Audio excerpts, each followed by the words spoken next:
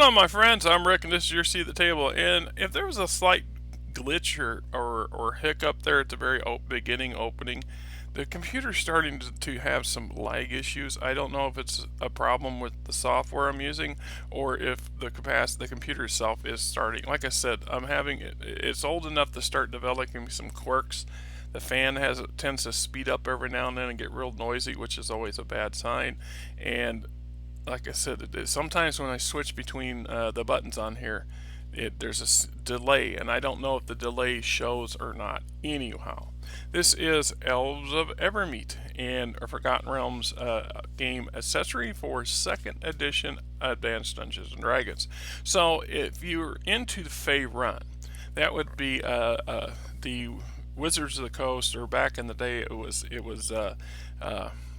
oh hell, who the hell was it? TSR's Gambit originally. So we start out with a Greyhawk and the Greyhawk campaign setting.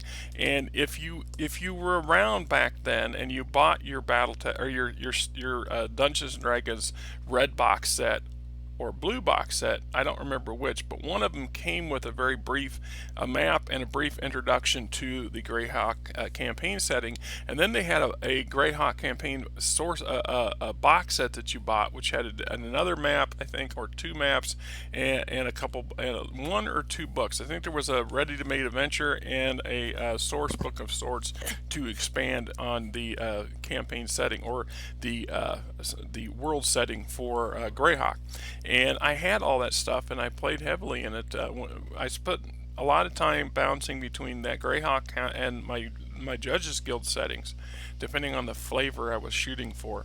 And then, of course, they introduced the Forgotten Realms, and we get Fey Run, the world that Forgotten Realms is set on, and really explodes the popularity of the Forgotten Realms is the Drizzt Do'Urden series, and there's a whole saga and a half of Drizzt Do'Urden novels, and I'd be surprised if there isn't even new ones. That the last one I bought, it was probably 7 years ago, 7 years ago, I think, maybe.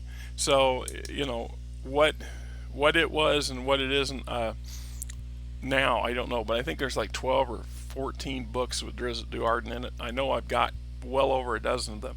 So in addition to that, there was a whole slew. So this becomes a point when we start seeing this melding of literature and game material for the the sole purpose of entertaining people, but to draw people into the gaming world. So we have so if you look at Forgotten Realms, for example, there's easily a couple hundred novels that have been created in the settings. And the Harper series was 20, 30, or 40 books in the Harper series. I think I have close to 20, but I don't know. I stopped buying them after a while because I got bored with them and moved on to other stuff. And then, of course, there's standalone books and trilogies and different settings and different places around Faerun. So what we got here is the Elves of Evermeet. Elves, in a lot of fantasy or fantasy settings, are mysterious, often aloof, sometimes considered one of the elder races of the goodly peoples, and in many worlds on the decline, where their power has come and gone and is slowly diminishing as humanity gains in numbers and strength, etc., etc. So, and Faerun's no different. So there's several massive, major Elvish countries or communities still in existence, but most of them have failed or been overrun and destroyed. So, aside from a couple of these really powerful mythals, these magical barriers that help protect their lands, it's increasingly harder for the elves as a culture and as a civilization to continue operating in the main continent of Faerun or Torel or whatever. And one of the bastions of the elves, of course, is the Islands of Evermeet, a la the Undying Lands of the Lord of the Rings. Similar scenario. So this is a mysterious island set off the far west coast of the main continent. It's extremely impossible to get to, and it's very well defended. The handful of pathways to actually navigate to where the island, to get to the island safely, is riddled with sea monsters and flying patrols and the Elvish Evermeet Navy, etc., etc. So what we get on the island itself is this kind of this land apart from others. In some aspects, it's as primitive as anything in fairy, and in other aspects, it's extremely advanced as the Elvish society wants to be. And considering the longevity of the Elvish race and their intelligence, they could be highly technologically advanced by now if they chose. No. So we have magic that superimposes itself over many mechanical practices and that lead to the Industrial Revolution. So as long as we have a magic-based operation, a magic-based enhanced society, and a magic-based economy or enhanced economy, the technology has a tendency to be pushed off, because so you can use magic to duplicate many things much more efficiently and cleaner and aesthetically more pleasing than you can using mechanical contraptions to do the same thing. So when we look at going to how to get to Evermeet, their defenses, the land, the highly unlikeliness of you actually getting to go there, and it's written from perspective of somebody who was very lucky, a human who was very lucky to be invited to the island, inadvertently invited to the island, and he wins their trust. Then what does he do later in life? He immediately writes an entire tome on the island. Yeah. So much for trusting him, right, elves? So cities and towns, the queen, the people, and of course, like in all fantasy, just about all fantasy settings, the elves are broken up into sub races of people. So in this case, the gold or sun elves are the most sophisticated and the most aristocratic, and tend to have that kind of a aloof and somewhat snobbish reputation that elves tend to earn. They wear that on their sleeve, and we go into their history and the clothing and their gods and arts, music, and literature, relationship with others, the betrayal, the queen's feast, and of course, it's out of the sun elves or the gold elves that the Evermeet's leadership arises. So the king or queen of the island, basically. Then there are a whole pack of, they call the Tutel Kolesar, which is either silver or moon elves or gray elves, however you want to look at it. These are your middle class elves, your average elves, and then we get into their arts and history and literature, faith and the gods, relations with others, games and revelry, servants of the queen, blah blah blah. And then we get to the Slide Telquessier, green forest, savage, or wild elves. Otherwise, the lesser case or the more chaotic elves of the triumphant. So they in their clothing, faith, and relations with others, and things like this. And then we get into the sea and water or aquatic elves, of course. And there's a small colony of aquatic elves living in the vicinity of Evermeet, which is also convenient because they can help each other. And then because of the fairy-like nature of Evermeet, there are lots of fantastic fairy-based creatures and monsters that inhabit the island and do so quite contently and with the tolerance or the benevolent approval of the elves. So we get some centaurs and some dryads and fauns and fairy dragons, Letheri, nixies, nymphs, pegasi, pixies, sprites, trents, unicorns. Yep. We get Road to Elven Life, explaining how it is to be a long-lived elf. Now, unlike in Middle-earth, J.R.R. Tolkien's work, elves are mortal.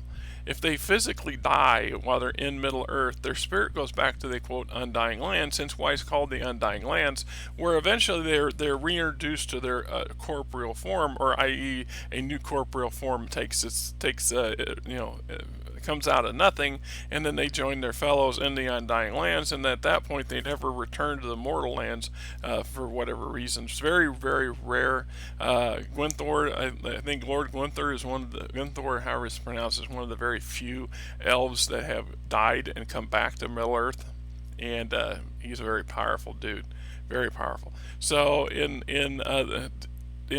the Forgotten Realms and Dungeons and Dragons, elves are just extremely long lived. A venerable elf can live up to 1,000 years, maybe more. So even so, when you have a lifespan of that much, you're equivalent of 20 generations or 40 generations of humans, because the average human generation is what, 20, 25 years? I'm just saying. This gives you a longer view on the world and how to deal with that, and this is some of that, how they deal with it, how they cope with it, etc., etc. Then we get the Lispeer, their capital, or various houses of the gold elves and so on, and various interesting locations that you'll never get to see. Right? Yeah, yeah. We always like that sort of stuff. You never know. A couple villages. It could be typical villages and small towns as you can find scattered about the island, right? So there's some more additional ones. Then we got a shrine, towers of the sun and moon. Yeah, you want to really cheese off the elves. There's go do something foolish in the vicinity of their shrine. Well, yeah. So we get a bigger breakdown of the island itself. Sumbrera, the lonely rocky island, the farm meadows, the horse fields, the beaching bay, the summer palace, high magic, the high magi, however you want to pronounce it, casting high magic, 4th level spells, new spells, 4th, 5th, 6th, 7th, 8th, and 9th level spells, right? So 9th level spells, you can have a celestial army, the wrath of just, high magic,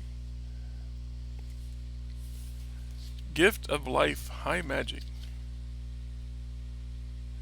This powerful high magic spell has an effect unlike any other. It restores undead creatures to life. Undead creatures are allowed a saving throw versus death magic, but they can only make such a roll at a level equal to half their hit die. An 18th level lich, for example, would have to make a saving throw versus death magic as if it were actually a 9th level wizard.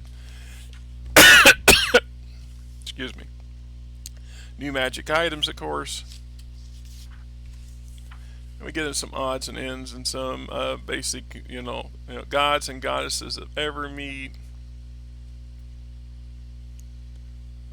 More information on various elves and their religious beliefs. And some of the centaurs and the pixies and so on and so forth. And then we get some personality bios. Right? And we talk about some special kits, role-playing the Evermeet elves, so we get some information on them and some special kits for them specifically, like here's a swashbuckler or unicorn rider, the wind rider, right? Priest kits, barbarian, berserker priest. And elven barbarian priests are most often green elves of extraction, although a few are silver elves, so it would be extremely rare for a law-minded gold elf to become a chaotic frickin' barbarian battle rager. I'm just saying, not impossible, not impossible. That is the stuff of dreams and legends for player characters. What can you take?